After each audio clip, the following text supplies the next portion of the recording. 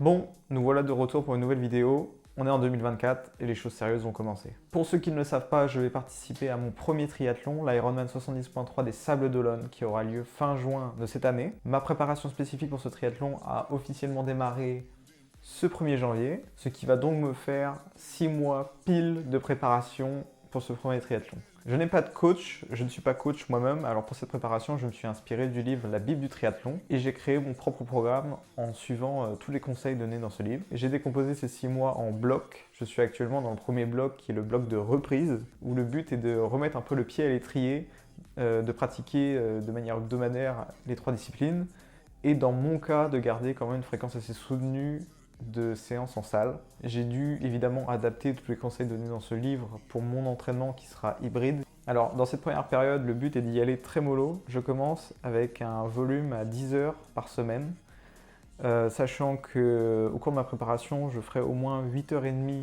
donc, de sport dans la semaine et ça montera au maximum à 18 heures.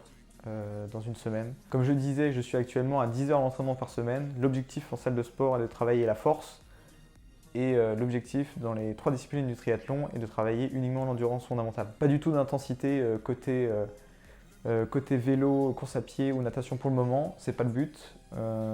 Il faut juste construire pendant les 3 premières semaines, on va dire, un volume d'entraînement conséquent sur lequel après on va pouvoir greffer des séances un peu plus intenses. Dans mon cas, ça correspond à peu près à 2 heures de course à pied par semaine, 3 heures de vélo et entre une demi-heure et 1 heure de natation. Et en plus de cela, environ 4h30 de force en salle de sport. Même si pour l'instant je suis qu'à 10h ou 10h30 de sport par semaine, ça commence déjà à faire assez chargé.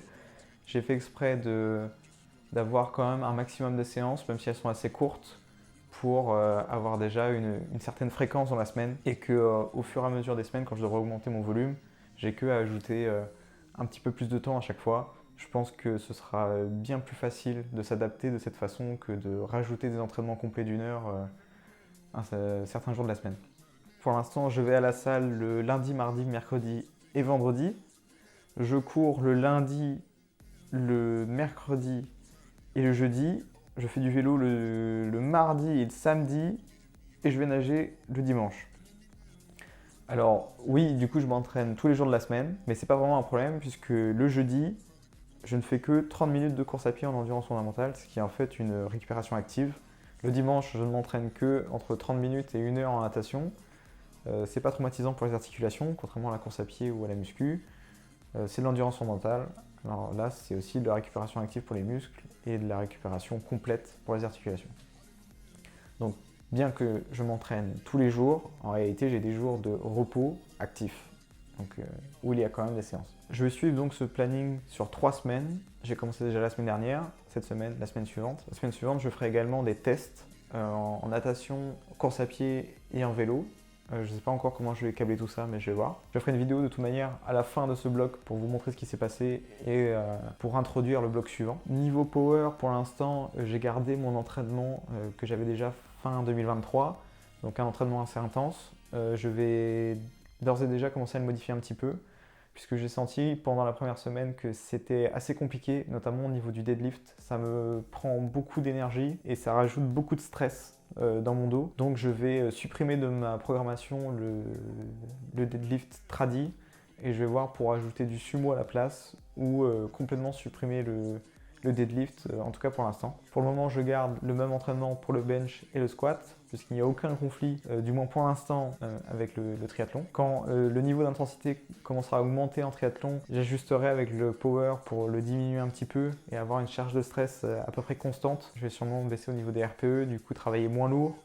Je pense travailler plus sur du volume pendant ces périodes-là. Donc changer un peu d'angle d'attaque en power, mais quand même essayer de garder un travail efficient. Vous l'avez vu, je ne nage qu'une seule fois dans la semaine et entre 30 minutes et 1 heure, puisque je vais tantôt en mer, tantôt en piscine. Si c'est en mer, je ne nage en général que 30 minutes, puisque l'eau est assez froide, entre 8 et 10 degrés. Donc c'est compliqué de faire 1 heure entière en mer pour l'instant.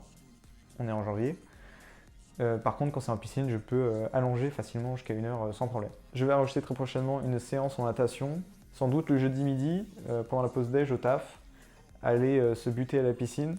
Donc ce sera sûrement une séance d'une demi-heure très intense et garder une séance purement endurance fondamentale le dimanche d'1 heure avec du travail sur la technique. Pour ce qui est de mon objectif niveau temps sur Alpha Ironman, j'attends mes premiers tests sur les 3 disciplines pour que je puisse un peu me situer en début de prépa et pouvoir fixer un objectif en conséquence, ambitieux mais pas délirant. Voilà, c'était tout pour cette fois. Il n'y a rien de plus à dire sur la présentation de la reprise.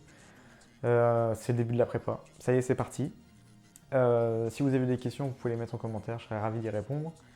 Pensez à vous abonner et à mettre un pouce bleu pour me soutenir et me suivre dans cette aventure.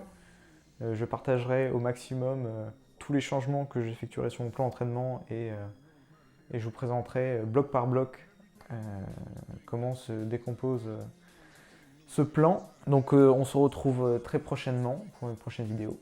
A plus.